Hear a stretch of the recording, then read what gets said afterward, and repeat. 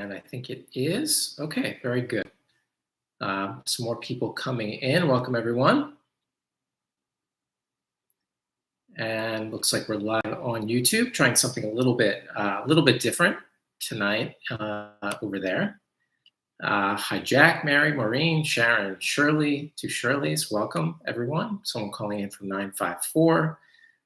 Okay, welcome. We'll let some more people come in, and we'll get started. Okay, we have another person calling in, 480 area code. Welcome. All right, so tonight is episode 73 of Wednesday Night Live, and we're going to be talking about Alzheimer's dementia. And the reason that I think that it's important is because there's been a lot of work over the last 10 years to really determine that there's a whole host of causes, and a lot of those causes actually can be impacted, can be reversed, in fact. And we're going to go through that. And I think what you'll find is that it's an interesting topic for a couple reasons. The first is because the fact is that there's millions of people with Alzheimer's. I think it's the third leading cause of death after heart disease and cancer. If it's not third, it's close to that. It's something that probably all of us have seen, and it's devastating. I remember probably the most impactful thing that was when I was an intern, my first year out of medical school. I was working in for a little while. I was an intern. We rotated through different hospitals. One of the hospitals I was in was the Princeton Hospital in Princeton, New Jersey. And unfortunately, one of the just terrible things that I had to do as an intern was when someone passed away at night, I would have to go and basically confirm that they were dead and make a report. And the most unbelievably sad thing was that, again, this is Princeton, New Jersey, where Princeton University is, that I would see people who were nominated for Nobel Prizes, who were leaders in their field in physics and various disciplines. And some of these patients, I saw them come in, with their dementia and die. And I just thought, seeing these people, the leading minds in the world here in Princeton, New Jersey, suffering from dementia, was one of the most striking things that I remember from my first year after medical school. So unfortunately, the levels of Alzheimer's disease are increasing, and it is an absolutely major problem. Now, I'm going to be talking quite a bit about the work of a doctor by the name of Dale Bredesen, and he wrote a book called The End of Alzheimer's. And there's no question that if there is a family history of Alzheimer's, if you have a certain genetic marker, which we'll go into in just a moment, in a little bit, there's no question that you need to research Dale Bredesen and read his book. I came across his book based on a recommendation of a friend of mine. And the book actually is done quite well. And he has a program that basically addresses a whole host of lifestyle and dietary factors that can have an overall impact on Alzheimer's disease. And it really was very intriguing to me. I've certainly enjoyed the book and have followed him, and even thought about becoming a advisor, some trained doctor, because the program was really so profound. And one of the reasons that it's profound is because you're going to see that there are a lot of things that we're going to be talking about tonight that we've spoken about before in one of the episodes that we've done, when we talk about things about diet and metabolic health and mitochondrial health. All these things that we've spoken about at length and during other episodes play a very unique role here as well, which basically means, and I think you're seeing this from all of my episodes, that you can look at human health through various different lenses. You can look at them through the lens of a certain organ system. That's one way. In other words, looking at what the ideal diet or lifestyle would be for the heart, or for the skin, or for the liver. And from that, gaining some kind of general ideas that can be generalized, I guess you could say, for overall human health. The same thing can be said about certain diseases that have, a lot of different factors that are involved. In other words, when we have a condition that is a result of so many different things, and we can look at the lifestyle modification and diet and such and understand how some of these things can actually be reversed, it also gives us a unique window into overall human health. So let's get into talking about Alzheimer's disease. We probably won't go the full hour tonight, but we shall see. And ultimately, this, as I said, is becoming, unfortunately, incredibly common problem. And there are a whole host of problems that we'll get into. We'll talk about oxidative stress and inflammation and mitochondrial issues, like we've spoken about before. We'll talk a little bit about some of the age-related changes that are involved. And ultimately, we have to understand that there is, as Dr. Dale Bredesen describes, he describes it in this way. He says that there's a roof, and the roof has 36 holes. And the unfortunate thing is that modern medicine is really focused on trying to find that one thing, that one drug that is going to make a huge difference. And unfortunately, when you have 36 holes in your roof, plugging up one hole is not necessarily going to be the answer. And if we have 36 causes, then, and some of those, a lot of those can be plugged up with lifestyle, diet, etc., then it gives us a unique window into understanding things a little bit better. Now, many of you have heard of this amyloid beta amyloid.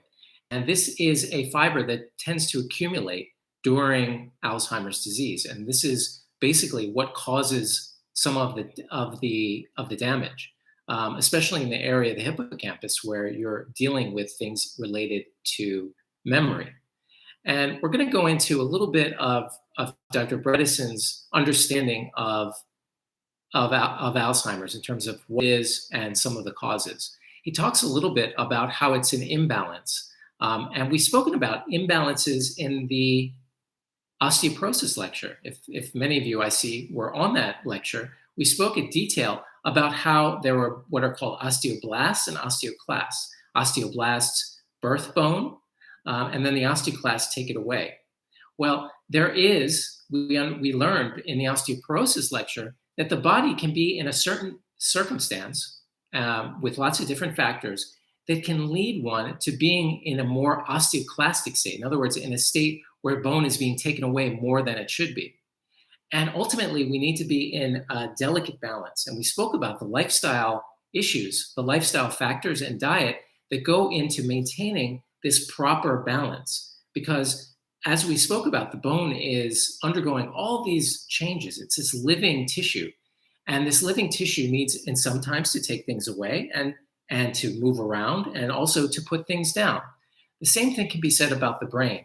The brain has what's called synaptoblastic and synaptoclastic. So remember, I spoke about how during medical school, I remembered the blast, B for baby, is birthing. So synaptoblastic and synaptoclastic. So we're talking about nerves now, the connection of nerves, what's called neuroplasticity. And your body is in this delicate balance where it's either capable of making these connections or they're taking them away.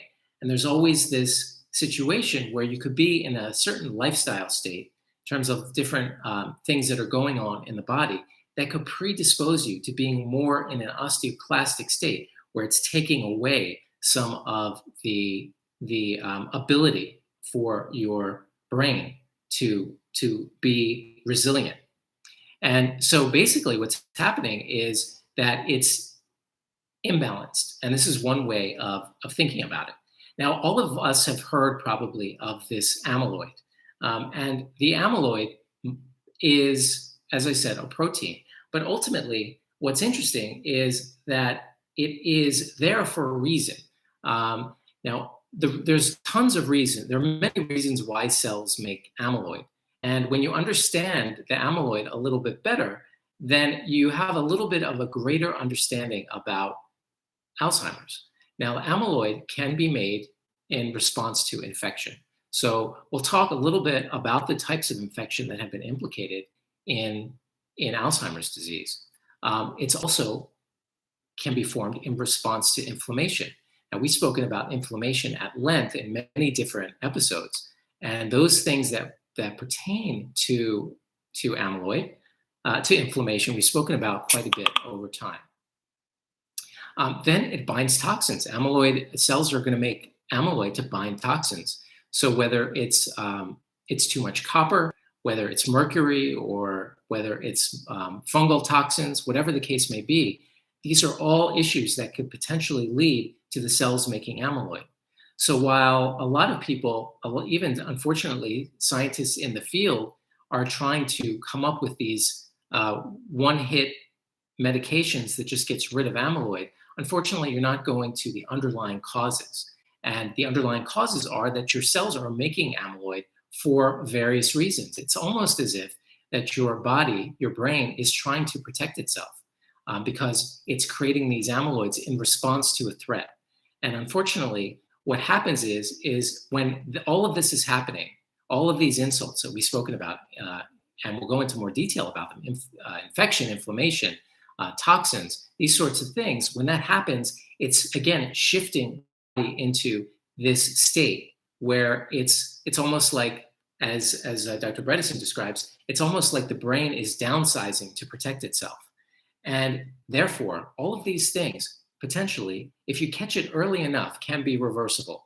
Certainly the metabolic issues, which we'll talk about a little bit more in detail, the toxin issues, the systemic illnesses that are associated with this, all of these can potentially be reversed. Unfortunately, the situation that we have in the United States now, and honestly, is that most people wait until it's too late. They may have some memory issues, and the diagnosis of Alzheimer's is a difficult one. It's sort of like a diagnosis of exclusion. They do lots of different like mental tests. Sometimes they do lumbar punctures. They do MRIs, all this sort of thing. But ultimately, unfortunately, people wait until it's too late. So the important thing is to understand is that due to the new protocols, if people can start early, a lot of these things can ultimately be reversed. So we spoke about there's this, Dr. Bredesen talks about these different types of Alzheimer's disease. So there's the inflammatory type. There is what's called the glycotoxic type. Now, that is related to insulin and blood sugar. Now, we've spoken many times on episodes about what are called advanced glycation end products. Glycation is this process where blood sugar is binding to protein. And when it binds to protein, unfortunately, it's irreversibly bound, meaning it can't come off of there. And so that's another one of those sorts of predominant types of Alzheimer's disease. And then, of course, there's toxin-mediated as well. So there are all these things that we're going to talk about in terms of diet, hormonal optimization, nutrients, herbs, brain stimulation, all these sorts of things we'll get into a little bit later. Okay, so we've spoken a little bit now about Dale Bredesen, and we're going to go now into a little bit more detail about what is specific when it comes to other sorts of ideas. Now, we've spoken about inflammation. We've spoken about infections. Now, we actually haven't gone too much into infections. So some of the infections associated with Alzheimer's, different types of Borrelia infection. There have been some implications of periodontal disease. Now, all of these things we have to understand are not things that are directly one thing causing Alzheimer's. All of these things can contribute in a situation that's like a perfect storm where there is basically downsizing of some of the brain that's damaging the brain, that's causing amyloid, that then's interfering with the way the brain is functioning. So loss of hormones is another one. Oh, so getting back to infections, of course, we've spoken about Borrelia. There's certain types of spirochetes that are found in 90% of Alzheimer's disease. And we spoke about how amyloid is an antimicrobial. So the infection that potentially could be happening, again, one of the many things that could be happening is that the amyloid is releasing these things to protect itself from an infection. Again, we spoke about periodontal disease. Periodontal disease, believe it or not, has been implicated in a whole host of conditions, from psoriasis to heart disease to Alzheimer's disease. So it's very important for us to take care of our teeth and to make sure that we don't have periodontal disease. I'm always amazed at the number of journal articles that have implicated specific organisms that are found only in the mouth in various types of things, not just in the, as I said, both the heart and the brain, different types of brain, have been implicated in Parkinson's disease as well. So it's very important for us to keep track and make sure that we're getting dental care, proper dental care. The other thing is loss of hormones. It's another one of those other things that we need to pay attention to. So as I spoke about in the lecture on the 7 blood tests that I think everyone should get, probably around episode 20 something, it's important for everyone once a year to get a hormonal profile. And certainly if people are dealing with early stages of dementia, then there is a role for various supplements. I know people who know Dr. Bredesen, and I know that anyway, there's certain hormones that people who are following all this information take. There's one called pregnenolone, and pregnenolone is a precursor, and a lot of people are taking that.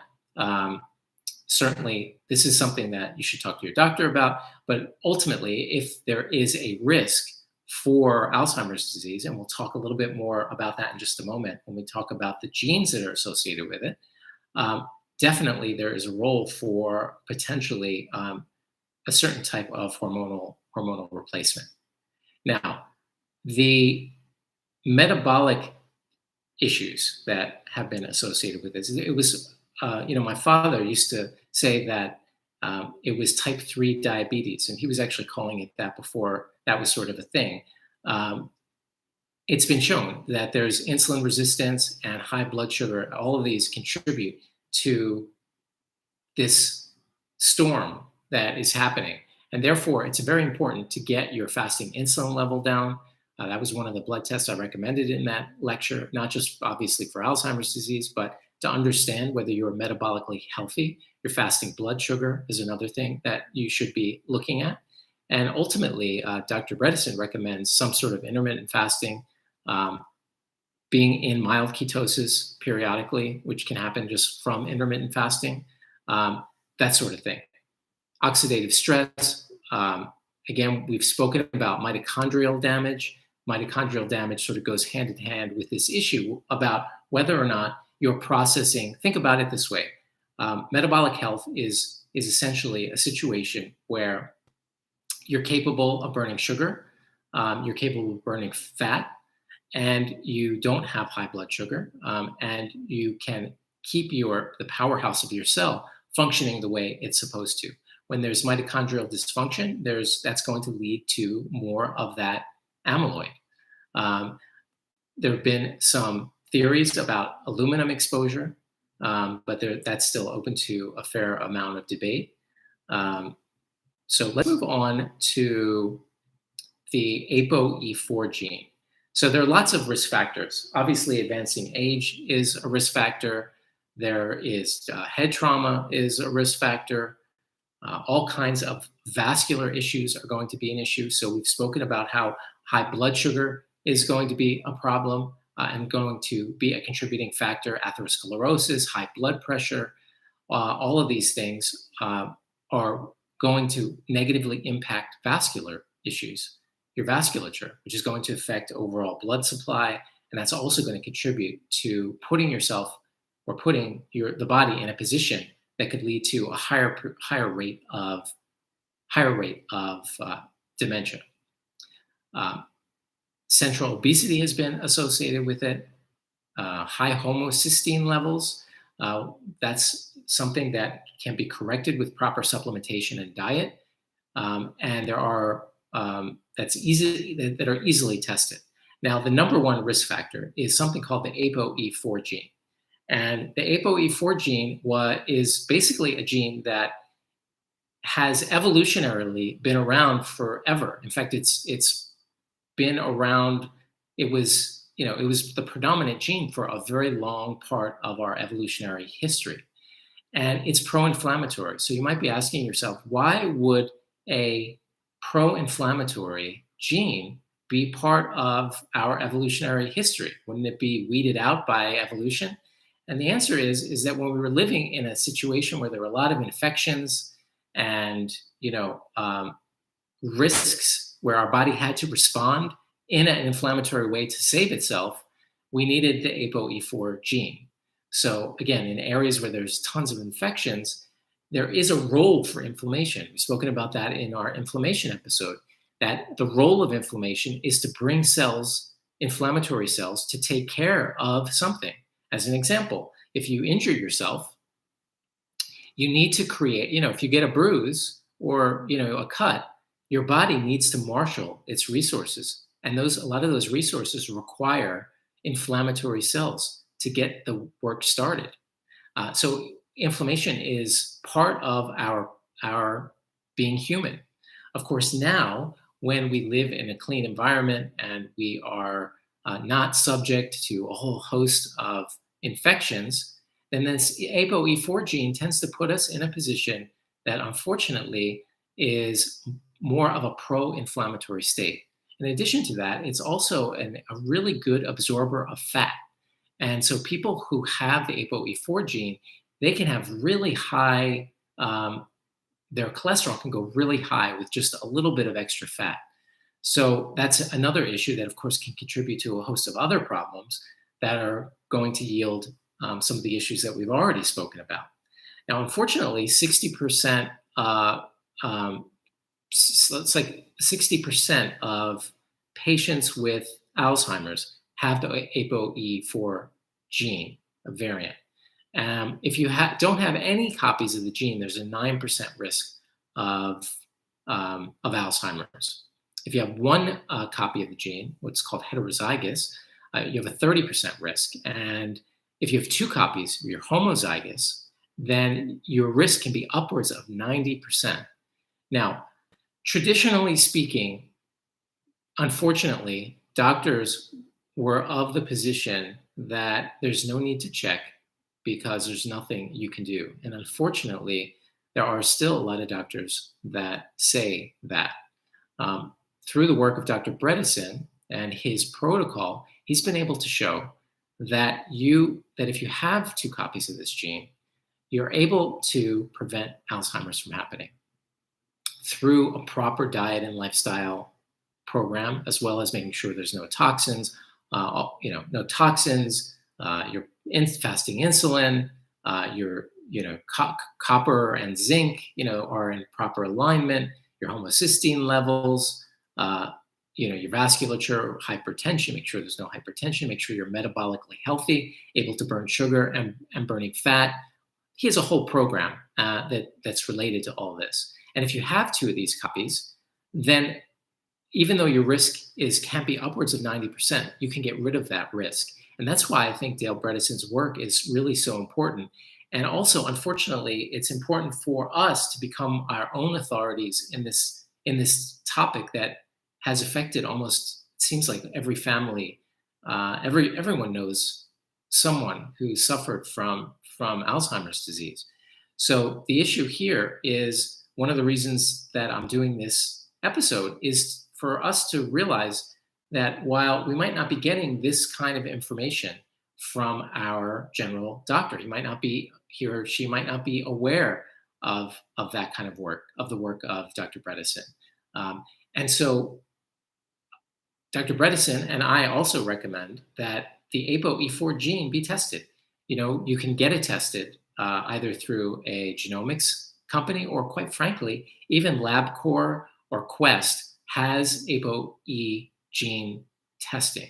And, if you're 50 and up, and certainly if there is a family history of Alzheimer's or any kind of dementia, it really is important for you to get the Apo E4 gene checked.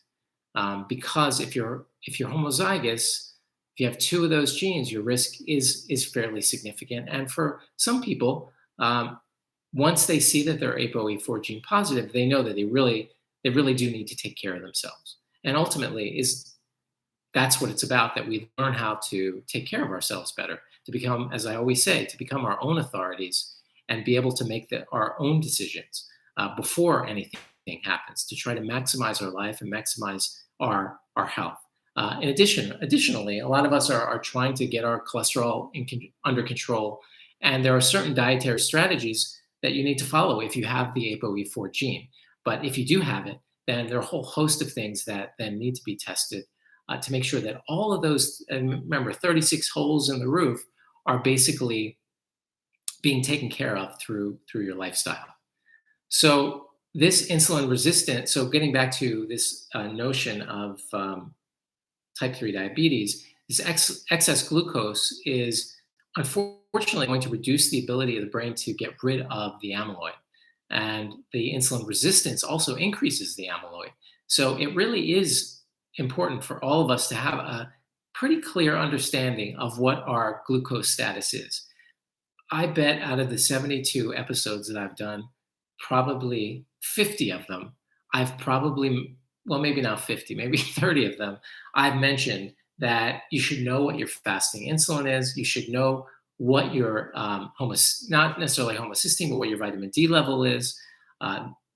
Certainly one of the 7 is high sensitivity C-reactive protein, another blood test. Unfortunately, for some of you, I see I have a fair number of people who are new tonight. Now, all I can say is you can go back to the episode on my YouTube channel that talks about the 7 blood tests that everyone should know about. One of them is called high sensitivity C-reactive protein. And this is a very good indicator of the overall inflammatory state of your body. Remember, we spoke about how inflammation is one of the things that causes these cells to release amyloid, which is then causing all these problems with Alzheimer's disease. So fasting insulin, hemoglobin A1C, I probably mentioned these, as I said, 20 or 30 times. Every single person on here should know, all of you, Ed, Grace, Jack, people calling in from the phone, Mary, Maureen, Rita, Sharon, Shirley, Todd, all of you should have, ideally you should know what your fasting insulin is. And sometimes you have to ask your doctor to get it for you. They might not get it. They might not be checking a fasting insulin. At the very least, you should know what your fasting blood glucose is. You should know what your hemoglobin A1C is. Certainly should know what your vitamin D level is. Some of these are very, very basic. And I believe it behooves all of you to get a grasp on this, just so we don't have to it's good to have a doctor that we trust, of course, and to have a resource that we trust and we can go to.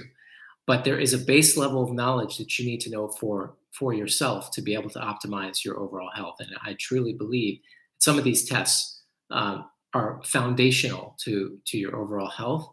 And when you know that they're off, there are very specific things that you can do. So instead of, relying on the latest article, in the Times or whatever that talks about this diet or that diet, or, the latest lifestyle hack, in terms of fasting or whatever the case may be, all those things can be fabulous, but everything becomes a lot easier if you have a general idea of what your general numbers are. And that's why I did that lecture about that. So I think I've sort of beaten you over the head with that. Interestingly, speaking about lifestyle and exercise, exercise has actually been shown to increase your hippocampal volume, which is tremendous. Basically, that means that your brain gets bigger when you exercise. So ultimately, you obviously need to be taking an entire approach to this. But again, the recommendations are very, very specific for people who have that particular gene. But if there's a family history, and even if you don't have that gene, understanding, whether or not you're metabolically healthy through the blood tests that I've spoken about, making sure you're getting a good amount of exercise, all of these things are going to play a very important role. Mediterranean diet has been shown to have a reduced incidence. People on the Mediterranean diet, which of course makes sense. It's obviously a healthier type of diet. Um, and there have been a whole host of nutrients that have been shown to be helpful as well. I'm not going to go through all of those. I mean, some of them, there's a fat soluble vitamin B1 called benfotiamine. This reduces the ability to create these advanced glycation products, the sugar binding to the protein. Ginseng, fish oil, green tea, all of these things, as I always say, you should have a reason for taking these. So there's no reason to go jump and start any type of nutrients until you get the foundation down. The foundation, of course, is going to be, are you exercising? Are you aware of your blood tests? Are you addressing things like high blood pressure and blood sugar irregularities? All of these sorts of things. Okay, so I would recommend, I think I'm going to actually call tonight a little, I usually speak for the entire hour, but tonight I think I'm going to end a little bit earlier with just a very brief summary. The summary really is that when it comes to Alzheimer's, the conversation that you hear is not as nuanced as it should be. It's one of those things that the information that I've shared with you hasn't completely filtered out into your general clinic. So the first thing I would say is, if you have a history or if you're just interested in the topic, I think Dr. Bredesen's book, it's called The End of Alzheimer's, is an incredible book.